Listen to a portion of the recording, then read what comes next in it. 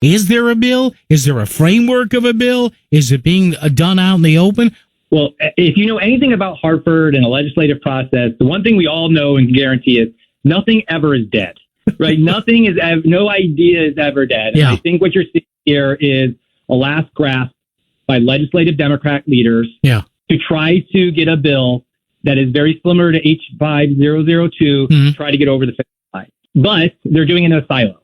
And that's what they're clearly doing, because I know for a fact I have not heard anything from them in over a month. We met with the governor 2 weeks ago, and the governor had proposed a bunch of stuff to legislative leaders, Democrats, and he not heard anything back for them. So it seems like they're just truly working in a silo on what they want to do, maybe with their activists and appease their activists.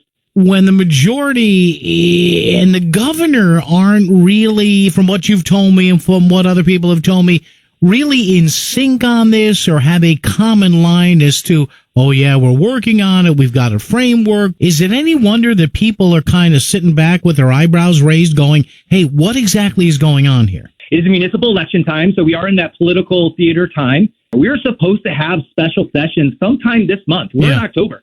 We've been told sometime in the next 2 to 3 weeks, we should be going in and having a special session. And we don't have anything to review. Because remember, in this time period, if we have a special session, you do not have to have a public hearing. All those rules that we have during session time go out the window. If we put ourselves in the shoes of Governor Ned Lamont, a fairly popular governor, obviously, with the latest poll numbers, he's got to be saying to his party, and again, we're not here to put words in the governor's mouth, but he's got to be saying, hey, wait a minute here. I vetoed the first bill because he got blowback from a lot of Republican-led towns and some Democratic-led towns. What makes the majority think that heading into an election where he's probably going to run again, Tony, why would he sign a bill the second time? Yeah, it's the definition of insanity to try and do something over and over again and not change the results, right? There's no way in the world the governor can go back on this now without massive changes to this bill. And from what I've heard right out of the mouth of Majority Leader Rojas, is that what they want to present back is something very similar to what was 5002. And I just can't imagine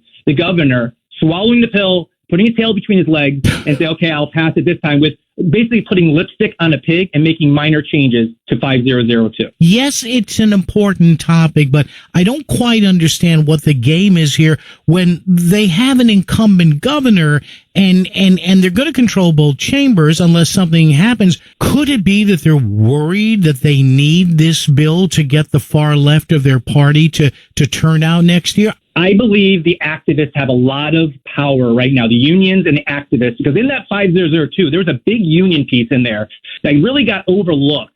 It's where they're able to use pension dollars, the unions, to allow them to purchase properties and do affordable housing, and the state would pony up 50% of that, basically getting a 50% off coupon on any property they bought, but yet the pensions of the unions would own 100% of that property. So it's a big win for the unions. It's a big win for activists to do some of these massive changes they're asking for.